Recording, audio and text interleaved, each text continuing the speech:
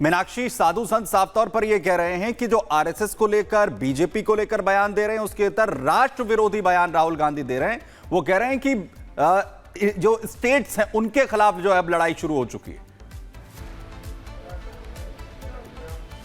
बिल्कुल, ऐसे में साधु संत खुद ही सवाल कर रहे हैं कि क्या राहुल गांधी अपने आप को भारतीय नहीं मानते हैं। हमारे साथ निरंजनी अखाड़े के महामंडलेश्वर हैं, उनसे हम बात करेंगे, प्रेमानंद जी महाराज से। राहुल गांधी कह रहे हैं कि अब लड़ाई बीजेपी और आरएसएस के साथ साथ इंडियन स्टेट से भी है। क्या कहेंगे आप इस पर? राहुल गांधी प्रतिपक्ष के नेता हैं और जनता ने उनको लोकसभा का सांसद बनाया है, पर बड़े दुख की बात है कि अपने देश से ही लड़ रहे हैं। तो अपने देश से लड़ रहे हैं तो फिर देश में क्यों रह रहे हैं? अगर अपने देश में रहना है तो सबसे पहले तो राहुल गांधी को मैं एक मंत्र देना चाहता हूं कि हिंदुस्तान में रहना है तो वंदे मातरम कहना है।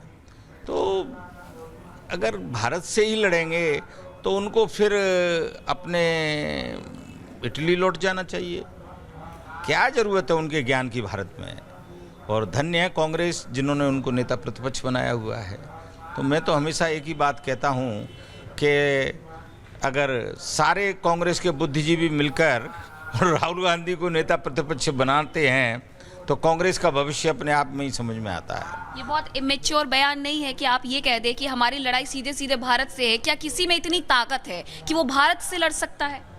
देखिए, अब मैं सोचता हूँ कि ऐसे विचारों पर अगर कोई कमेंट्स करें तो फिर बहुत भारत का अपमान होगा, क्योंकि भारत माता का जो संस्कार है, जो संस्कृति है, जिसको माता कहते हैं हम, और माता से कोई पुत्र कैसे लड़ सकता है?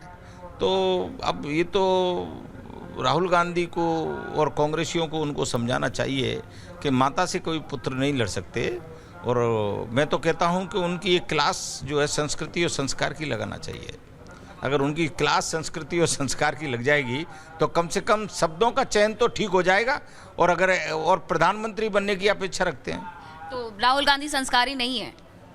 अब संस्कार होते तो माँ, देखो मैं ये कैसे कहूँ कि संस्कारी हैं या संस्कारी हैं, परंतु संस्कार वाला बच्चा जो है अपनी माँ से नहीं लड़ता है। और माँ जो है भारत माता है। हम भारत नहीं कहते, हम भारत माता कहते हैं, हम भारत माता की जय कहते हैं। तो भारत माता की जय बोलने का अभ्यास मैं कहता हूँ 11 बार राहुल गांधी को डेली करना चाहिए। मेरी सलाह है उनको। एक बात और पूछना चाहूंगी मैं, क्योंकि राहुल गांधी दो भारत जोड़ो यात्रा कर चुके हैं। अब महाकुंभ के वक्त में वो ऐसे बयान दे रहे हैं, चुनाव का भी वक्त है, हालांकि दिल्ली में चुनाव भी होने वाले हैं, और उस दौरान जब कांग्रेस का एक बड़ा सा दफ्तर तैयार किया जाता है, उसका उद्घाटन किया जाता है, तो इतने जोश में आ जाते हैं, कह देते कि सीधे सीधे भारत से लड़ रहे हैं। यहाँ अर्जी वाले हनुमान उज्जैन का कैंप लगा हुआ है और यहाँ पूरे देश के सनातनी आकर एक अर्जी लगा रहे हैं। तो मैं तो सोनिया गांधी जी से निवेदन करता हूँ कि राहुल गांधी जी के लिए भी एक अर्जी लगा दें, जिससे उनकी मति दुरुस्त हो जाए। और क्या लिखना है अर्जी में, ये भी बता दीजिए फिर। देखो, अर्जी में तो यहाँ गोपनीय रूप से अर्जी लिखी जाती है और हम किसी से पूछते भी नहीं हैं कि उन्होंने क्या अर्जी लगाई है। और जब हम अर्जी वाले हनुमान उज्जैन को अर्जी लगाते हैं तो कभी हम ये भी नहीं पूछते, ना खोल के देखते हैं, हम सिर्फ हनुमान जी के चरणों में प्रेषित कर देते हैं। परंतु इतने देश ने गांधी परिवार को इतना दिया, सोनिया जी, आदरणीय सोनिया जी को इतने बार सांसद बनाया, राहुल जी को इतने बार सांसद बनाया, नेता प्रतिपक्ष बनाया, कितना सम्मान दिया। तो अर्जी में मैं तो ये कहता हूँ यही लगा दें कि हे भगवान मेरी बुद्धि और विवेक को ठीक करें।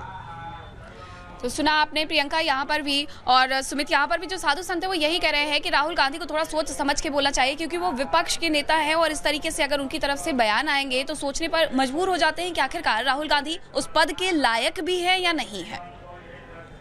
प्रगति, हमारे साथ जुड़ने के लिए बहुत शुक्रिया। इसी बीच अपने दर्शकों को बता दें कि कांग्रेस नेता और लोकसभा में नेता प्रतिपक्ष राहुल गांधी के बयान से एक बार फिर से सियासी माहौल गर्मा गया है। आखिर क्या कुछ कहा वो आपको सुनवाएंगे और किस तरीके से बीजेपी उसका पलटवार कर रही है। आखिर राहुल गांधी के बयान को अर्बन नक्सलियों जैसी भाषा से क्यों जोड़ा जा रहा है और राहुल गांधी और कांग्रेस पार्टी को इसे देश के अलग अलग राज्यों से क्या कुछ समस्या है, इस रिपोर्ट के जरिए देखिए।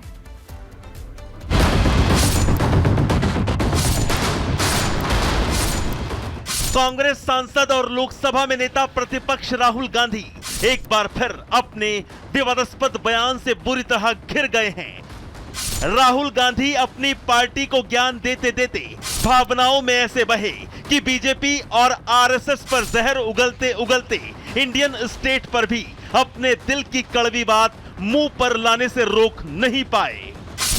राहुल गांधी ने अपने संदेश से साफ कर दिया कि उन्हें बीजेपी और आरएसएस से तो द्वेष है ही, साथ ही अपने देश के विरुद्ध भी उनका युद्ध चल रहा है। That we are fighting a political organization called the RSS. You have not understood what is going on. The BJP and the RSS have captured every single institution of our country. We are now fighting the BJP, the RSS and the Indian state itself. मोहब्बत की दुकान चलाने का दावा करने वाले राहुल गांधी के नफरती बोल सुन लिया आपने। कांग्रेस सांसद और लोकसभा में नेता प्रतिपक्ष राहुल गांधी अपने देश के खिलाफ ही एजेंडा चलाने का डंका पीट रहे हैं। सीधा सीधा और साफ साफ इंडियन स्टेट से अपनी लड़ाई बता रहे हैं और इस बयान के बाद राहुल गांधी की तरफ कई सवाल भी खड़े हो गए हैं। जैसे राहुल गांधी अर्बन नक्सलियों जैसी भाषा क्यों बोल रहे हैं? संग बीजेपी के बहाने राहुल गांधी देश का विरोध क्यों कर रहे हैं? राहुल गांधी का इंडियन स्टेट के विरुद्ध युद्ध क्यों है? क्या संविधान का नाम लेकर राहुल गांधी देश विरोधी काम कर रहे हैं? आज एक बात स्पष्ट हो चुकी है कि कैसे राहुल गांधी और कांग्रेस पार्टी देश विरोधी, संविधान विरोधी है और मोदी विरोध में उतरते उतरते आज देश के खिलाफ ही वो जंग लड़ रहे हैं, एक लड़ाई लड़ रहे हैं। बीजेपी कांग्रेस को भारत जोड़ो नहीं, भारत तोड़ो पार्टी बता रही है। देश के खिलाफ दिए इस बयान के बाद राहुल गांधी ने बैठे बिठाए अपने लिए एक बार फिर आफत मोल ले ली है।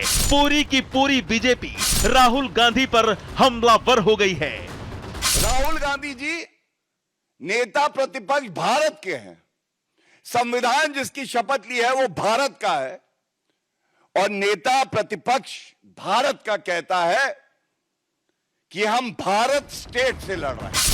राहुल गांधी के विवादित बयान के बाद सवाल ये उठ गया है कि आखिर राहुल बीजेपी आरएसएस के खिलाफ हैं या फिर अपने देश के खिलाफ? राहुल की लड़ाई किससे है? आखिर क्यों राहुल गांधी ने देश विरोधी बयान देकर कांग्रेस की फिर मिट्टी पलीत करवाई है? और सवाल यह भी है कि आखिर राहुल गांधी के मन में क्यों और कैसी हताशा है जो वो अर्बन नक्सलियों जैसी भाषा बोलने पर उतर आए हैं। Bureau report, Republic Bharat.